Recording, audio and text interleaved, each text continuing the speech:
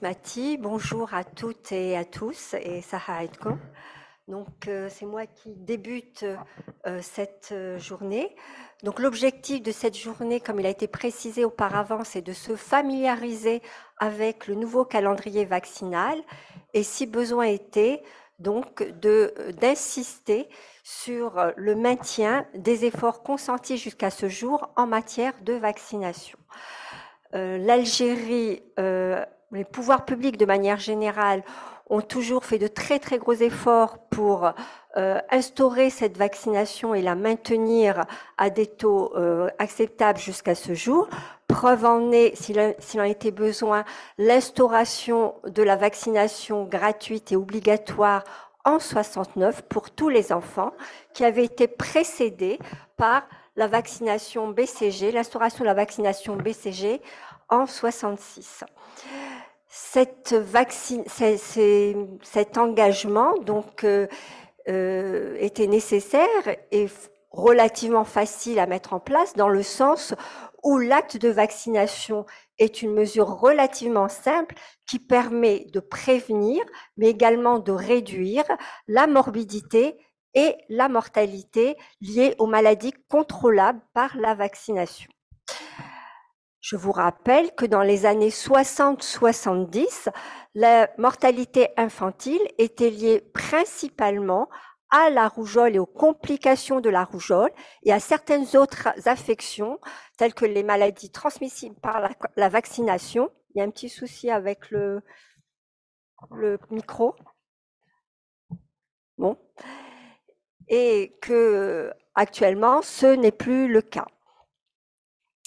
Donc l'Algérie a poursuivi ses efforts de vaccination tout au long de ces années, pour preuve les engagements internationaux qu'elle a pris avec la mise en place du programme élargi de vaccination en 84, mais plus récemment, des engagements beaucoup plus récents, tels que les objectifs de développement durable, et les pays qui se sont engagés dans cette voie, dont l'Algérie, donc s'engagent à éliminer tous les décès évitables des nouveau-nés d'ici 2030 et donc en particulier les décès liés aux maladies contrôlables par la vaccination. Par ailleurs, on s'engage également à abaisser le taux de mortalité néonatale à moins de 12 décès pour 1000 naissances vivantes. Enfin, un dernier point clé concernant cette introduction, eh bien, la vaccination était et est toujours aujourd'hui gratuite pour le citoyen, même si elle a un coût qui est supporté donc par l'État. Quels sont les objectifs du programme élargi de vaccination? L'objectif principal, je l'ai déjà signalé, c'est la réduction de la morbidité et de la mortalité, mais les objectifs spécifiques sont d'atteindre un taux de couverture nationale et par wilaya, ce que l'on oublie souvent, d'au moins 95% pour tous les antigènes et en particulier donc pour le vaccin anti-rougeoleux, anti-rubéolique et au rayon. C'est également de consolider l'éradication de la poliomyélite à virus sauvage et de consolider l'élimination du tétanos néonatal et maternel. D'éliminer la rougeole, la rubéole et la diphtérie, et là nous avons encore beaucoup d'efforts à effectuer, de réduire les épidémies de méningite à HIV, à pneumocoque, et de réduire également la mortalité due à ces affections. Et enfin, d'éliminer les hépatites virales B. Donc l'engagement de l'État dans le programme élargi de vaccination s'est concrétisé par une diminution drastique de deux indicateurs clés qui sont le taux de mortalité infantile et le taux de mortalité néonatale, indicateurs qui permettent de suivre donc l'état d'avancement du programme de lutte contre la mortalité infantile. On peut voir sur cette plaque que le taux de mortalité infantile est passé de 150 décès pour 1000 naissances vivantes en 66 à moins de 50 décès pour 1000 naissances vivantes en 90, à moins de 25 décès toujours pour 1000 naissances en 2014 et au jour d'aujourd'hui à moins de 20 décès, donc à peu près 18, on parle aujourd'hui de 17 décès pour 1000 naissances en 2022. Le taux de mortalité néonatale a suivi, même s'il n'a pas été inscrit ou recherché dès le départ. Ce que l'on peut noter, c'est qu'au fur et à mesure que le taux de mortalité infantile a baissé, la part de la mortalité néonatale a pris plus de poids, bien sûr, puisqu'on avait éliminé ou réduit de manière importante les décès dans la période post-néonatale. C'est ainsi que l'on voit que durant la période 85-89, cette mortalité néonatale représentait moins de 50% de la mortalité infantile, alors que dans les années 2000 à 2012, elle représentait près de un peu plus de 70% de cette mortalité. Au jour d'aujourd'hui, en 2020, donc, le taux de mortalité néonatale est aux alentours de 16 décès pour 1000 naissances vivantes.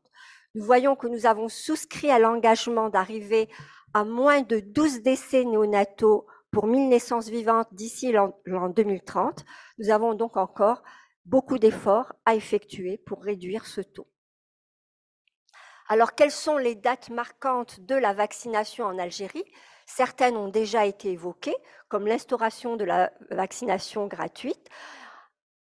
Une date importante pour nous, c'est en 85, la vaccination anti-rougeoleuse est devenue obligatoire et a permis de réduire de manière très importante la morbidité et la mortalité liées à la rougeole, grâce également aux injections, aux doses de rattrapage qui ont été instituées par la suite. On a également en 93 la mise en place du programme d'éradication de la poliomyélite et on verra que les résultats étaient très encourageants jusqu'à l'année dernière. Ensuite, en 2000, l'instauration de la vaccination contre l'hépatite B à la naissance qui a été mise en application en 2003, puis l'instauration en 2007 de la vaccination contre le pneumocoque. En 2014, on a adjoint 4 antigènes, dont la rubéole, les oreillons. Je me suis trompée tout à l'heure. Le pneumocoque, c'était Hémophilus en 2007, et la poliomyélite injectable. Enfin, au jour d'aujourd'hui, en 2022, nous avons le nouveau calendrier qui est mis en place. Nous verrons par la suite que ce calendrier est en fait surtout un réajustement du calendrier qui existait auparavant. Et le professeur Benhalla vous en parlera plus longuement. Donc, je ne vais pas m'étaler sur ce calendrier. Alors, quand on parle de vaccination, le premier indicateur que l'on recherche, c'est bien sûr les taux de couverture vaccinaux. Sur cette plaque, on peut voir donc l'évolution des taux de couverture vaccinale pour différents antigènes depuis 1985 jusqu'à 2020. On peut distinguer 3 périodes. La première durant la fin des années 80, où on peut voir que le DTCP3, donc en violet, et le vaccin et la vaccination anti-rougeoleuse, donc étaient en dessous de 60%. Puis ces taux ont progressivement augmenté, donc dépassant les 90% au niveau national, donc pour l'ensemble des antigènes qui sont cités ici. À partir de 2016, on assiste à une chute de ces taux de couverture. D'abord, celui de la rougeole, qui descend en dessous de 80%, puis ensuite le DTCP3 et les autres antigènes. Regardons de plus près donc cette chute durant les dernières années 2018-2022. Eh bien, en agrandissant donc la courbe, on peut visualiser de manière très très nette la diminution de ces taux de couverture en dessous de 80%, voire même en dessous de 70%, notamment pour la rougeole, également le DTCP3, donc au cours de l'année 2020. Et depuis, on réassiste à une très légère réaugmentation de ces taux de couverture. On peut voir que pour l'année 2022, ces chiffres sont bas, et ce sont des chiffres au niveau national, ce qui veut dire qu'au niveau des wilayas, on peut avoir encore des taux plus bas. Ainsi, pour le DTC IB3, on a 77% de taux de couverture Pour le pneumo, 74%, et pour la rougeole, excusez-moi, on a 71%. Bien sûr, ces taux de couverture bas ont eu des conséquences. La première conséquence est une diminution de l'immunité collective et avec cette diminution, la possibilité d'éclosion d'épidémies, ce que nous allons voir par la suite. Donc, pour éviter ces épidémies, il est nécessaire, même il est impératif, d'avoir des taux de couverture d'au moins 90% et parfois même de 95% si on s'intéresse particulièrement à la rougeole, et ce, aussi bien au niveau national, ce qui a souvent été dit, mais également au niveau des wilayas, et ça, c'est ce qu'on a tendance à oublier. Donc, quand vous avez un taux de 90% au niveau national, cela veut souvent dire qu'il y a des taux plus bas au niveau wilaya, évidemment des taux plus élevés, mais nous, ce qui nous intéresse, c'est les taux les plus bas. Alors, quelles ont été les conséquences de cette chute des taux de couverture vaccinale? Eh bien, 3 conséquences majeures. La première, c'est l'apparition d'une épidémie de rougeole au cours de l'année 2018, qui a duré donc 2 ans, 2018-2019, et qui a débuté dans le sud du pays, mais qui s'est étendue ensuite au wilaya du Nord. L'apparition également de cas de poliomyélite à virus vaccinal à Tamanrasset durant l'année 2022 et qui ont été confirmés en juillet 2022, alors que l'Algérie ne déclarait 0 cas de polio à virus sauvage depuis 1997. Enfin, en 2022 également, l'apparition de 3 cas de diphtérie qui malheureusement ont été l'annonciateur d'une épidémie donc, qui sévit actuellement dans le sud du pays. Alors, nous allons revoir ces 3 points. Qu'en est-il en matière de poliomyélite? Donc, comme je l'ai souligné auparavant, on n'avait aucun cas de polio à virus sauvage, donc depuis 1997, ce qui a permis à l'Algérie d'obtenir le certificat d'éradication de la poliomyélite sauvage en 2016. Cette polio est surveillée par l'intermédiaire des paralysies flasques aiguës, donc, qui nécessite pour chacune d'elles une investigation assez poussée. Et j'insiste sur ça, il est très important de maintenir cette surveillance. En 2022, donc, on a apparition de 3 cas de poliomyélite variant d'un poliovirus de type 2 vaccinal à Tamanrasset, donc, qui ont nécessité la mise en place de journées locales de vaccination dans les 10 wilayas du Sud. Ça veut dire qu'on a dû mobiliser des ressources, des moyens humains, des moyens matériels et des ressources financières qui auraient pu être utilisées pour d'autres efforts, pour renforcer la vaccination, pour d'autres actions. Au cours de ces journées locales, on a pu mettre en évidence certaines insuffisances qui sont notées ici, par exemple, le fait que des enfants de 10 ans n'aient reçu aucun vaccin à cet âge-ci. Donc, ça veut dire qu'ils ont échappé à la vaccination de routine, mais également aux campagnes de rattrapage. Le fait que des enfants également n'avaient pas de carnet de vaccination qui permet d'attester qu'ils ont été réellement vaccinés. Et enfin, au niveau de l'environnement, il a été mis en évidence donc le virus polio vaccinal, ce qui veut dire que ce virus circule. En soi, ce n'est pas dramatique, ce n'est pas un problème. Si l'on a un taux de couverture vaccinale suffisant, à ce moment-là, le virus ne trouve pas preneur et la maladie ne peut pas se déclencher. Mais bien sûr, pour cela, il faut atteindre des taux suffisants. L'apparition de ces 3 cas, bien sûr, est la résultante des taux relativement bas de couverture qui ont été cités auparavant.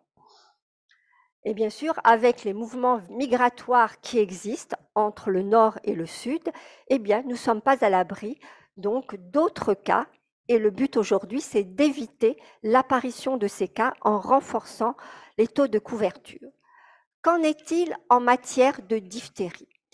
Eh bien, après les grandes épidémies que nous avons connues dans les années 80 puis 90, même s'il y avait une chute assez importante, depuis 2008, 0 cas de diphtérie était déclaré, à tel point que dans nos objectifs, on pensait pouvoir éliminer la diphtérie.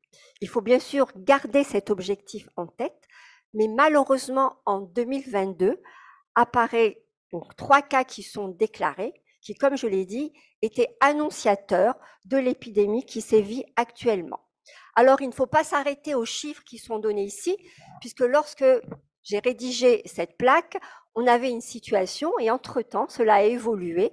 Donc, ce qui est important de noter, c'est que l'épidémie sévit toujours, que de nouveaux cas sont déclarés chaque jour et que malheureusement également, nous avons entre la semaine dernière et cette semaine 2 décès supplémentaires. L'épidémie est apparue à Tamanrasset, donc, mais touche également 4 wilayas du sud, donc Ain Gezem, Bojbajimurta, Tamanrasset et Adrar. Ces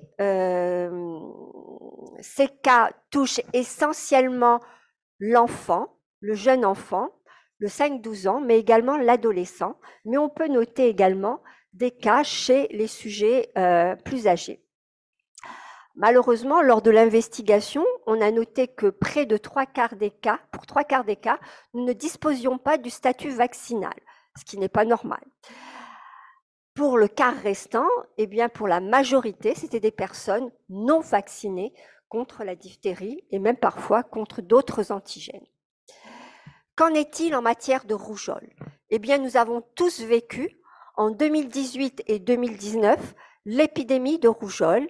Donc, on pensait également avoir maîtrisé cette maladie. Donc, on est passé de moins de 2 cas pour 100 000 habitants, donc en 2017, à près de 65 cas pour 100 000 habitants, soit près de 27 000 cas déclarés.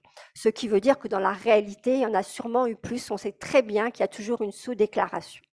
Cette épidémie s'est poursuivie jusqu'en 2019, même s'il y a eu une réduction de moitié de l'incidence. Le point de départ encore était Tamanrasset, une wilaya du sud, qui a enregistré le plus fort taux d'incidence. Néanmoins, les wilayas du nord n'ont pas été épargnés et les wilayas qui ont été le plus touchés ont été Tiaret et Relizane, avec près de 600 et 300 cas pour 100 000 habitants. Malheureusement, au cours de cette épidémie, on a pu enregistrer des décès par rougeole, alors que cela faisait des années que nous n'avions plus de décès par rougeole. Quels sont les individus qui ont été touchés? Eh bien là encore, ce sont essentiellement les enfants de 0,5 ans et un peu moins les enfants de 5-10 ans. La majorité de ces enfants étaient non vaccinés contre la rougeole.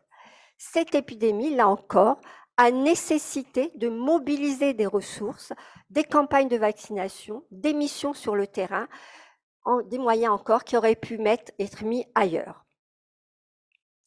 Alors, qu'en est-il en matière d'hépatite virale B? Alors, il faut savoir que les déclarations concernant l'hépatite virale B sont très difficiles à interpréter puisque normalement, nous ne devons déclarer que les nouveaux cas, mais dans la pratique, très souvent, les personnes qui ont une hépatite virale B chronique et qui se représentent aux consultations sont souvent redéclarées. Donc, nous voyons ici une courbe qui est difficile à interpréter. Toujours est-il qu'à partir de 2003, nous avons l'instauration de la vaccination contre l'hépatite B, qui a entraîné malgré tout une diminution des hépatites, en tout cas chez le jeune enfant. Bien sûr, chez les adultes, ça ne retentit pas encore immédiatement, même si au bout de 20 ans, on commence à avoir une incidence. Ce que l'on peut noter, c'est qu'on a une chute dans les années 2020-2021, mais là, il faut faire attention, c'est tout simplement l'effet de la pandémie. On voit bien qu'on a une réascension au cours de l'année 2022 et qu'il faut donc rester vigilant. Il faut tout de même mettre en avant qu'il existe un programme d'élimination de l'hépatite B qui vient d'être validé et dont une des mesures phares, bien sûr, est la vaccination contre l'hépatite à la naissance. Il existe bien sûr d'autres mesures. Qu'en est-il en matière de méningite? Eh bien, les méningites, donc on voit ici la courbe, c'est une courbe assez cyclique, mais avec une tendance à la baisse malgré tout. Alors, l'identification des germes est souvent difficile. On note également une chute au cours des années 2020-2021, mais je dirais que c'est une chute artificielle puisqu'on a une réascension au cours de l'année 2022 qu'il faut faire très attention. On peut toutefois noter que nous avons des informations. L'IPA a mis à notre disposition les résultats du réseau de surveillance de la résistance aux antibiotiques et à ce titre, plus de 1600 souches, plus de 1600 prélèvements ont été analysés donc, pour le diagnostic étiologique des méningites. On voit ici le graphe qui est présenté ici et qui montre donc de manière générale que on a une diminution des prélèvements pour méningite tout au long des années, et là ce n'est pas spécifique à la pandémie. On a 3 germes qui se partagent ce diagnostic étiologique. Ce sont en bleu le méningocoque, en rouge l'hémophilus influenza de type B et en vert le pneumocoque. On peut voir de manière très très nette que, le diagnostic de méningite à Haemophilus influenzae donc diminue très nettement au cours des années et pratiquement ces dernières années, nous n'avons plus aucun cas. Et ça, je pense que c'est grâce à la vaccination qui a été instituée en 2007. Et on voit donc en 2008 ou 2009 une chute très importante de la part des méningites à Haemophilus type B. Donc là, on voit, si besoin était, l'intérêt de la vaccination. Pour le pneumocoque, qui a été instauré un peu plus tardivement, en 2014, cette diminution est moins nette, mais néanmoins, on peut l'observer donc sur les dernières années. Et pour la méningite à méningocoque, également, nous avons une diminution importante.